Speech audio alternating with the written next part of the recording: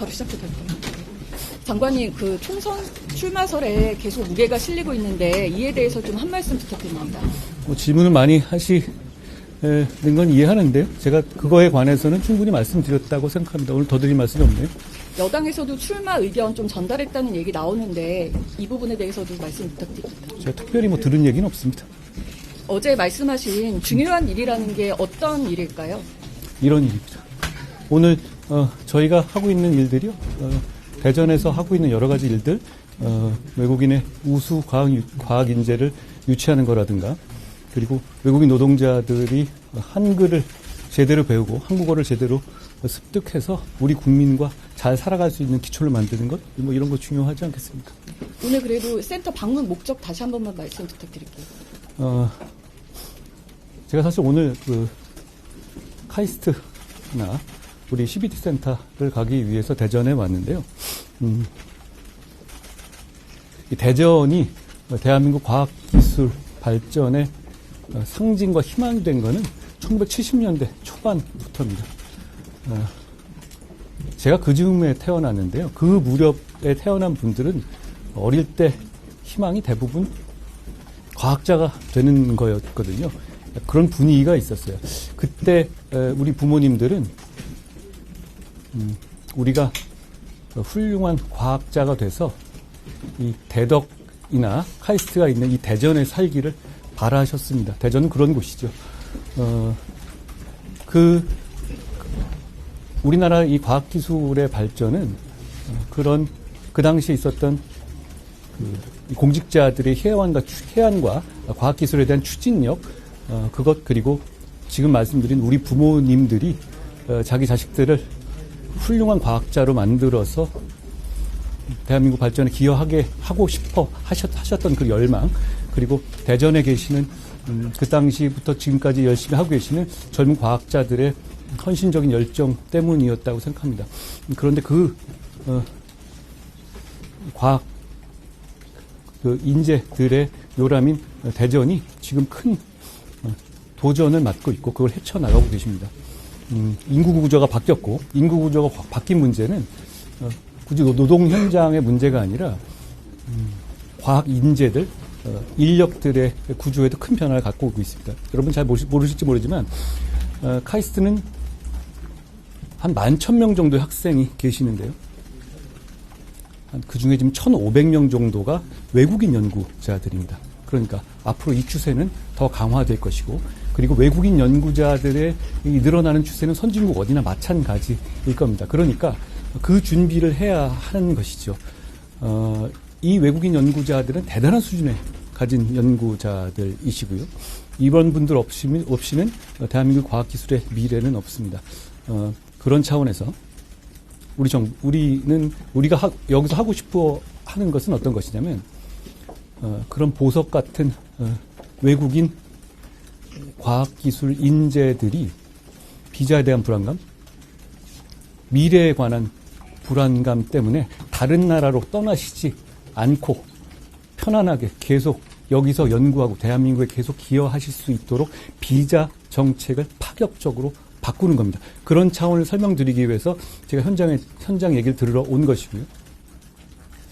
저희는 지금 대한민국에서 일하고 계시는, 대한민국에서 연구하고 계시는 이런 외국인 이 우수 과학 인재들이 지금 대부분 20대실 텐데요. 60대, 70대가 될 때까지 대한민국에서 이 과학 발전에 기여하시고 대한민국의 이 발전에 기여하시기를 기대합니다. 그렇기 때문에 누가 봐도 파격적인 비자 특혜를 드릴 겁니다. 그리고 그 특혜를 드리는 게 너무한 거 아니냐고 물어보신다면 저는 우리 모두의 미래를 위한 특혜라고 말씀드리겠습니다. 오늘 그런 정책을 할 것이고요. 무엇보다도 여기까지 대한민국에 온 것은 우리 여기 대전에서 일하고 계시는 과학기술 연구자들의 공이 정말 컸다고 생각합니다. 그리고 그 단계가 지금은 어떤 인구절벽으로 인해서 2단계 다음 단계로 넘어가고 있는데요. 그 부분을 법무부가 법적으로, 제도적으로, 파격적으로 지원해드리겠다는 말씀을 드리러 온 겁니다. 오늘 이 CBT 센터는 그겁니다. 제가 얼마 전에 제가 생각하는 외국인 정책은 큰 틀은 두 가지입니다. 첫째는 외국인 노동과 관련해서 계단식 인센티브 제도를 도입하겠다는 겁니다. 그걸 제가 여러 번 설명드렸고요. 둘째는 우수 과학 인재에 대해서는 파격적인 특별 대우를 해서 잡겠다는 겁니다. 이런 쟁탈전, 인재 쟁탈전에서 뛰어들어서 이겨내겠다는 것이죠. 제가 지금 외국인 인재에 대해서 말씀드렸고요. 오늘 이 CBT는 어떤 거냐면 첫 번째 단계. 그러니까 외국인 노동력에 대해서 예측 가능성을 가지고 대한민국에 충성하고 로열티를 가지고 기업과 함께 할 수 있는 그 길을 열겠다는 저희가 점수제를 만들었습니다. 그 핵심은 기업인의 추천제였는데요. 그것과 더 나아가서 한 가지가 더 나아가는 것은 한국어 능력입니다. 한국어 시험을 해서 어느 정도 한국인들과 소통되고 한국인들과 적응되는 분들만 받겠다는 거예요.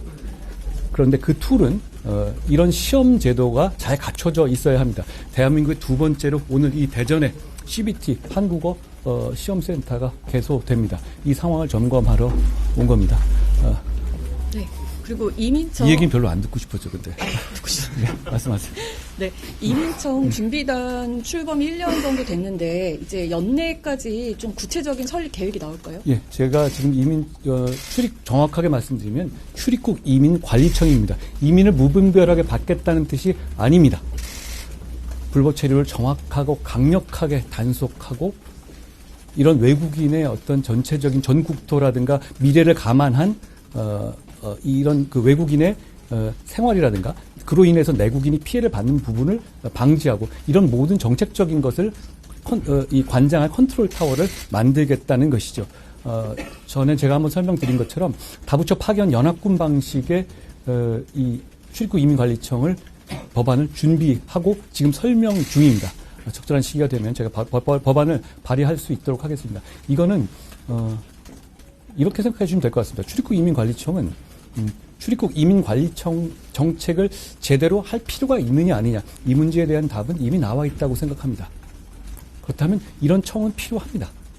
그 내용에 대해서 어떤 내용을 담을 것인지 그것은 여러분과 같이 계속 논의하고 유연성 있게 생각하겠습니다. 그렇지만 지금 당장 그 정책에 담을 내용은 아까 말씀드린 제 정책의 두 가지 축 저는 그렇게 생각하고 있습니다.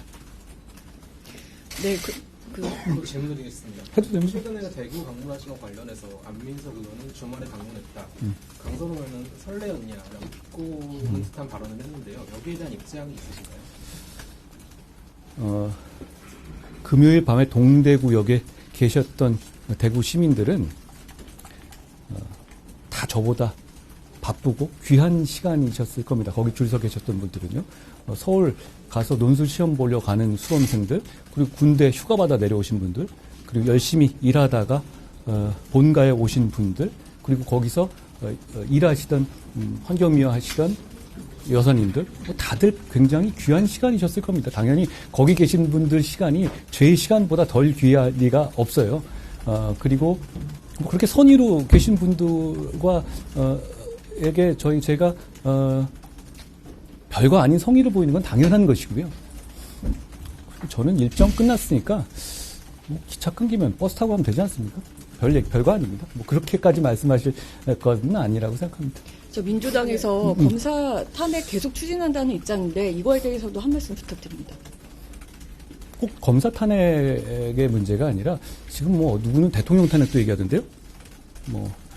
이렇게 된다면 대한민국에 있는 주요 공직도 한 바퀴 쫙 돌겠다는 뜻으로 보이는데요. 얼마 전에 제가 TV에서 이재명 대표가 이런 탄핵 남발에 관해서 언론의 질문을 받는 것을 봤습니다. 답을 이렇게 하시던데요. 국토 균형 발전이라고 답하시던데요. 저는 더불어민주당과 이재명 대표가 언젠가는 이 질문을 그런 식으로 퉁치지 말고 제대로 답해야 한다고 생각합니다. 만약에 어떤 고위 공직자가 공직 생활 내내 세금 빼돌려서 일제 샴푸 사고 가족이 초밥 먹고 쇠고기 먹었습니다. 그거 탄핵 사유가 됩니까? 이 질문에 답해야 한다고 생각합니다. 저는 그 정도는 된다고 생각합니다. 헌법재판소도 그 정도는 인용할 것 같아요. 최근에 장관님 화법이 여의도 입법과 다르다는 말이 있는데요. 여기에 대한 입장 있으신가요? 그런 얘기 제가 많이 들었던 것 같아요. 만약에 여의도에서 일하는 300명만 쓰는 고유의 어떤 화법이나 문법이 있다면 그건 여의도 문법이라기보다는 여의도 사투리 아닌가요? 저는 나머지 5천만이 쓰는 언어를 쓰겠습니다. 오늘 송영길 대표가 이제 장관님을 겨냥해서 후지다, 사시 합격하고 갑질을 한다라고 라디오 인터뷰를 했는데요. 여기에 대한 입장 부탁드립니다. 송영길 전 민주당 대표 같은 일부 운동권 정치인들이 겉으로 깨끗한 척 하면서 NHK 다니고 대우 같은 재벌 뒷돈 받을 때 저는 어떤 정권에서나 재벌과 사회적 강자에 대한 수사를 엄정하게 했다는 말씀 드리겠습니다. 저 이정석 검사 혁신위원장이 대전 방문하시는데 누구? 이명환 혁신위원장 방문하는데 만나시는 건 없습니다. 제 일정과는 무관한 일정으로 알고 있습니다. 저 이정석 검사 검찰 수사에 대해서 민주당이 수사 쇼다 이렇게 얘기를 했는데 여기에 대해서는 또 말씀하실 게 있으실까요? 어떤 조직이든 간에 과오가 조직의 과오가 아니라 개인의 과오는 당연히 있을 수 있는 겁니다. 그런데 그런 그 문제가 생겼을 때 대한민국의 시스템이 작동하느냐 아니냐가 문제인 것인데요.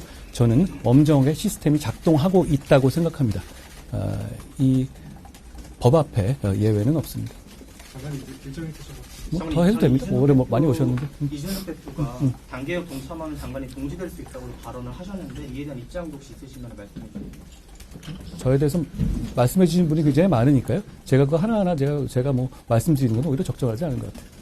또 이번 주에 울산 방문도 예정이 되셨는데 이렇게 연속적인 현장 방문이 일각에서는 이제 정치 행보 스타일 아니냐라는 얘기 나오는데요. 그동안에 제가 국회 일정이 굉장히 많이 연속되고 있었죠. 아마 다른 전임 법무부 장관들에 비해서 제가 현장을 방문하는 횟수가 적을 겁니다. 그리고 제가 가는 일들이 뭐 저는 이렇게 많이 와주신 거 추운데 많이 와주신 거 죄송하긴 한데 저희가 하는 중요한 정책들 이렇게 잘 소개할 수 있는 기회가 된 점에 대해서 좀 좋게 생각합니다. 마지막으로 다시 한번 여쭙겠습니다. 그 총선 출마설 아무래도 제일 관심이 가는 문제여서요. 이 부분에 대해서 좀 말씀 부탁드릴게요. 말씀 제가 충분히 드린 것 같고요. 여기서 뭐 제가 조금 달리 말들은 뭐가 바뀌었다 또 이러실 수 있으니까 저는 충분히 설명드렸다고 생각합니다. 저는 제 일을 최선을 다해서 하고 있다는 말씀드립니다. 그 후임 법무부 장관 인선 지금 작업 중이라는 거는 맞는 건가요? 저는 정무직이지만 임명직 공직자입니다. 제가 제 후임에 대한 어떤 추측성 보도에 대해서 얘기하는 건 좀 적절하지는 않아 보입니다. 장관님 그 12월 개각에서 빠지시는 대신에 1월에 나오신다 이런 보도 역시 마찬가지입니다. 개각은 제가 하는 게 아니죠. 언제쯤 결단하실 시점이 될까요? 마찬가지로 제가 지금까지 드렸던 답에 다 답이 있을 것 같습니다. 거기서 제가 뭐 특별히 더 드릴 말씀이 없는 것 같습니다. 이제 일정 추운데 고생하셨습니다. 더 없으시죠? 고생하셨어요. 고생하셨어요. 고맙습니다.